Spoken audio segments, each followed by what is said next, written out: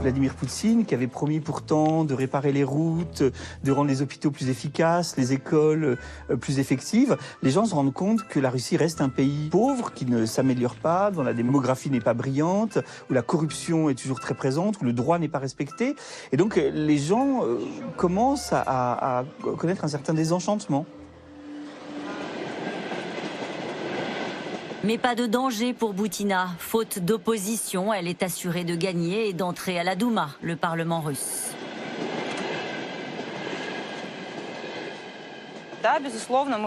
Bien sûr, la vie est difficile en Russie. Nous vivons sous le coup de sanctions internationales et d'une pression sans précédent exercée par l'Occident.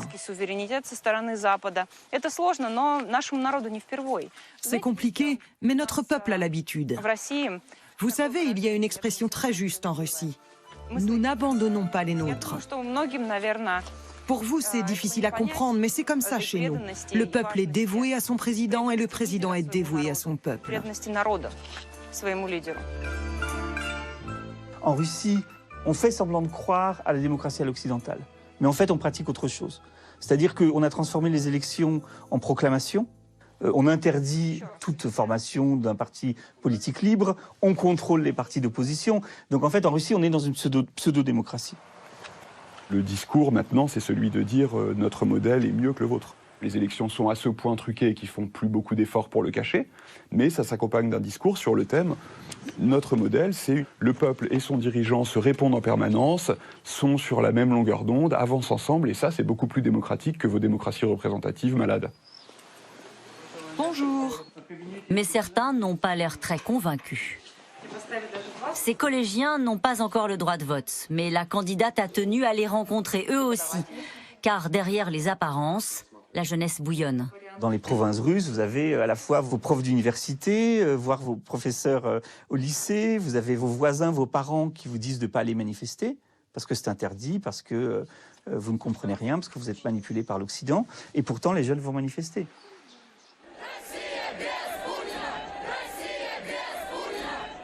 Et on a vu que depuis le retour de Navalny, il y a quand même eu plusieurs manifestations, où notamment des très jeunes, qui normalement auraient dû être formatés par la politique d'influence poutinienne, vont manifester.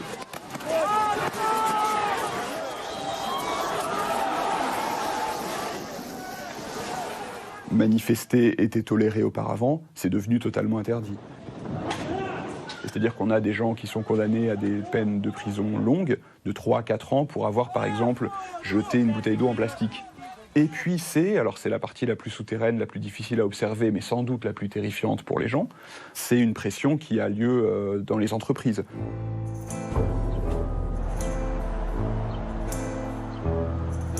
À 100 km au sud-est de Moscou, les rires des enfants ont envahi la datcha un peu plus tôt que d'habitude cette année.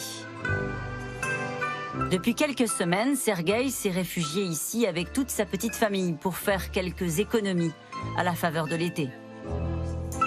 Après avoir été licencié du jour au lendemain, comme une centaine de ses collègues.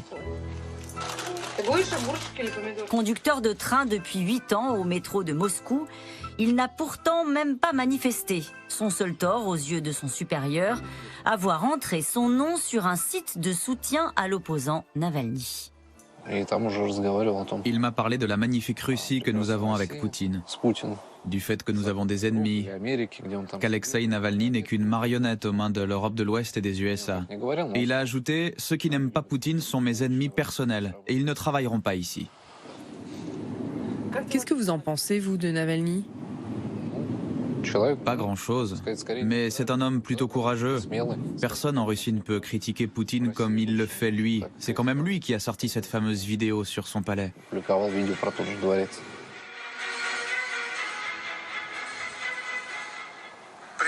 Salut, c'est Navalny.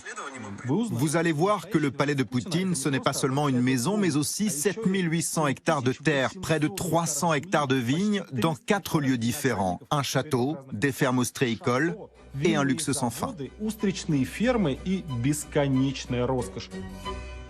Nous arrivons à la partie la plus intéressante. Qui paie pour tout ça ?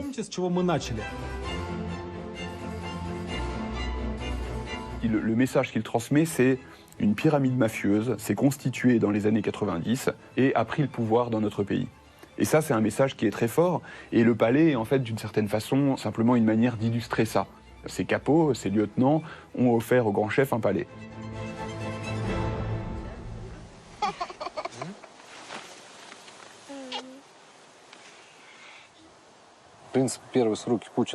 Pendant son premier mandat, Poutine a mené une politique plutôt efficace. Il y avait de la croissance, mais quand une personne reste aussi longtemps au pouvoir, elle acquiert un sentiment d'impunité.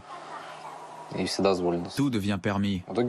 C'est comme ça qu'apparaissent des histoires comme la mienne, quand on peut renvoyer quelqu'un de son travail sans avoir aucun compte à rendre. Nous ne retrouverons une vie normale que lorsque nous cesserons de tolérer ces responsables qui volent. Et s'ils refusent de tenir des élections justes, alors nous descendrons dans la rue et nous les renverserons. Tous les ennemis de la Russie, y compris les ennemis de l'intérieur, sont considérés comme une cinquième colonne, c'est-à-dire des gens manipulés, instrumentalisés par l'étranger. Ils redoutent le fait que un petit mouvement d'opposition en Russie finisse par faire tache d'huile. Ce serait pour lui le début de la fin. Alors que le parti présidentiel Russie Unie est ressorti vainqueur de ces dernières élections législatives, nous sommes allés à Moscou interroger le porte-parole de Vladimir Poutine. Bonjour, monsieur Peskov. L'un de ses plus proches collaborateurs, un fidèle depuis toujours. Bonjour, monsieur Peskov. Alors, l'Union européenne a dénoncé, à propos des élections qui se sont déroulées récemment en Russie, a dénoncé un climat d'intimidation. Les citoyens européens ont vu passer des vidéos de bourrage d'urnes dans ces conditions-là. Est-ce que la Russie est encore une démocratie? Non, notre démocratie n'est pas pareille à celle de la France. Est-ce que nous nous considérons comme un État démocratique? Oui. Partageons-nous avec la France les mêmes objectifs? Sans doute oui. Mais nous vivons à la façon que nous préférons. Nous ne voulons pas vivre comme les Français. Nous respectons les Français, mais nous sommes Russes. Le ministre des Affaires étrangères, Jean-Yves Le Drian, en juin dernier, a dénoncé la dérive autoritaire de la Russie. Ce sont les mots qu'il a utilisés, des mots très forts. Que répondez-vous à cela? Nous ne sommes pas d'accord. Il est vrai que nous avons les représentants de l'opposition dite non systémique qui n'ont pas pu participer. Ça veut dire quoi, non systémique? L'opposition non systémique est une opposition qui n'a pas son propre parti politique. Au début de l'hiver passé, il y a eu un tournant. Ils ont violé la loi en appelant les gens à la désobéissance civile. Selon nos lois, il s'agit d'un crime.